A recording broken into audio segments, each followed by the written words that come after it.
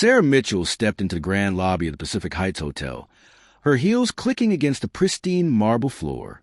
At 58, she had built an empire of private medical clinics across 3 continents. Her navy blazer and designer briefcase spoke of success, but her eyes carried the weight of countless sleepless nights and sacrificed dreams. She was here for a medical conference, nothing more, just another business trip, in a life full of them. That's when she saw him. A man in blue coveralls knelt near the fountain, scrubbing at a stubborn stain on the gleaming white floor. His hair had grayed at the temples, his shoulders slightly hunched from years of physical labor. But something about the way he moved made her heart stop. Michael Henderson.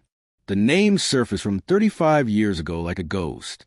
Her briefcase slipped from her fingers and hit the floor with a loud thud.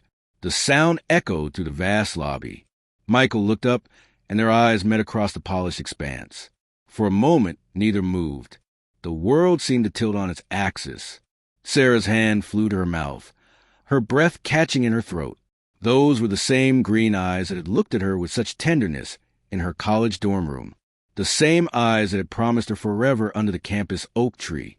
Michael slowly stood, his yellow cleaning gloves dripping soapy water onto the floor he had just cleaned. His face showed recognition, then shock, then something that looked like shame.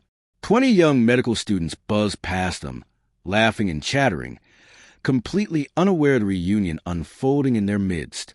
Sarah's mind raced back to 1988. She was 23, a struggling medical student working double shifts at a diner to pay her tuition. Michael was 25, a graduate student in engineering, with a full scholarship and a brilliant future.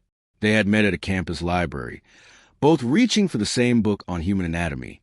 He was taking an elective course, fascinated by how things worked, whether machines or bodies. They fell in love the way young people do, completely and recklessly.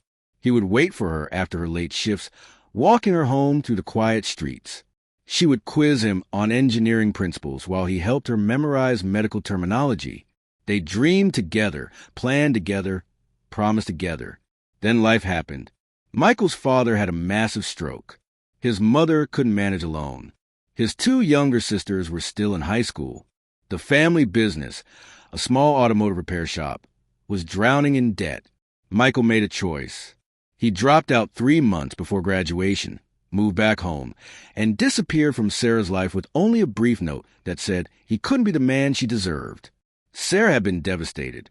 She threw herself into her studies with fierce determination, graduating top of her class, driven by a pain she couldn't name.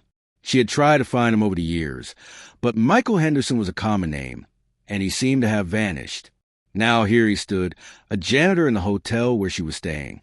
The silence stretched between them like a chasm. Finally, Sarah walked toward him, her legs feeling unsteady. She stopped a few feet away. "Michael," she whispered, her voice cracking on his name. "Sarah." His voice was deeper now, roughened by time and hardship. "I heard you became a doctor. More than a doctor. I saw an article about you in a magazine someone left in the break room. You built something incredible. And you," she said softly, gesturing at his uniform. "What happened to engineering? To your dreams?" Michael looked down at his gloves, then slowly peeled them off. His hands were callous and worn. "My father died 6 months after his stroke. Mom needed help with my sisters. The shop went under. I took whatever work I could find, kept food on the table, got my sisters through school. That was my dream that mattered." Sarah felt tears burning in her eyes. "You left without saying goodbye. You just left." "I couldn't ask you to wait," Michael said, his voice thick with emotion. "You were going to be a doctor. You had this fire in you, this purpose. I couldn't drag you down into my mess. I loved you too much to do that to you. You loved me too much." Sarah's voice rose slightly, years of buried hurt surfacing. "You didn't give me a choice, Michael. You decided for both of us." A hotel guest walked by, eyeing them curiously. Michael picked up his bucket and moved toward a quieter corner near the tall windows. Sarah followed, her expensive shoes and his work boots making an odd rhythm together. "I made the only choice I could live with," Michael said quietly, staring out at the manicured gardens beyond the glass. Every night, I tell myself I did the right thing. Most nights, I almost believe it. Sarah stood beside him, close enough to smell the faint scent of cleaning solution, and something else, something that reminded her of who he used to be. Did you ever marry? No, Michael said simply. There was someone years ago, a kind woman, but it wasn't fair to her. My heart was already given away. He paused. You, married at 32, divorced at 41. He was a surgeon. He wanted a wife who stayed home and hosted dinner parties. I wanted to change healthcare accessibility in underserved communities. We wanted different lives. Sarah laughed bitterly. Turns out I'm not very good at relationships either. They stood in silence, watching the afternoon light paint golden squares on the marble floor. Your sisters? Sarah asked softly. Michael's face softened. Both graduated college. One's a teacher, the other's a nurse. Actually, they're good women. They have families of their own now. I'm proud of them. They're lucky to have you. I don't know about that, Michael said, rubbing the back of his neck in a gesture so familiar it made Sarah's chest ache. But I did what I had to do. No regrets there. Sarah turned to face him fully. Michael, why are you working here? With your intelligence, your background. I'm 59 years old with 30 years of job history in maintenance and cleaning, he interrupted gently.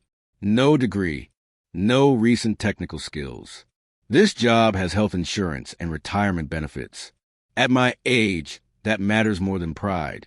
The words hung in the air between them, heavy with the reality of choices made and time passed. Sarah opened her briefcase, her hand shaking slightly as she pulled out a business card. I have a proposition. I'm opening a new clinic facility next month. I need a facilities manager, someone who understands buildings, systems, people, someone I can trust. Michael stared at the card but didn't take it. Sarah, you don't have to. I'm not offering out of pity, Sarah said firmly. I'm offering because I know who you are. I know your character. I know your work ethic. I've built $1 billion enterprise, Michael, but I still remember the man who stayed up all night helping me study for exams, who never made me feel small for working at a diner, who understood sacrifice. Michael finally took the card, holding it carefully between his weathered fingers. I don't know what to say. Say you'll think about it, Sarah said. Say you'll call me. For the first time, Michael smiled, and Sarah saw the young man she had loved peeking through the lines on his face. I'll think about it. Sarah picked up her briefcase.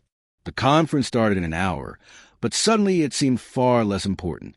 Michael, for what it's worth, I understand why you did what you did. I don't agree with it, but I understand it. You were protecting the people you loved. That's who you've always been. And you, Michael said softly, you became exactly who you were meant to be. That girl in the library who wanted to heal the world. You did it, Sarah. You really did it. Sarah felt a tear slip down her cheek. Maybe I did, but I lost something important along the way. I lost a person who made me believe I could. She walked toward the elevator, then turned back. The job offer is real, Michael. But more than that, I'd like to have coffee sometime. Just to talk. Just to know who you've become. If you're interested. Michael nodded slowly, tucking her card carefully into his pocket. I'd like that. I'd like that very much. As the elevator doors closed, Sarah leaned against a mirrored wall, her reflection showing a successful woman with tears streaming down her face. 35 years of wondering, and now she knew. Michael hadn't stopped loving her. He had loved her enough to let her go. The question now was whether two people who had lived entire lifetimes apart could find their way back to each other. 3 days later, Sarah's phone rang. An unfamiliar number. Sarah, it's Michael. About that coffee. And for the first time in 35 years, Sarah Mitchell felt like the girl in the library again, reaching for something beautiful and just out of reach, but this time, maybe just maybe close enough to hold. If this story touched your heart, please share and subscribe. Leave a comment below telling us about a choice you made years ago that changed everything. Sometimes life gives us second chances when we least expect them.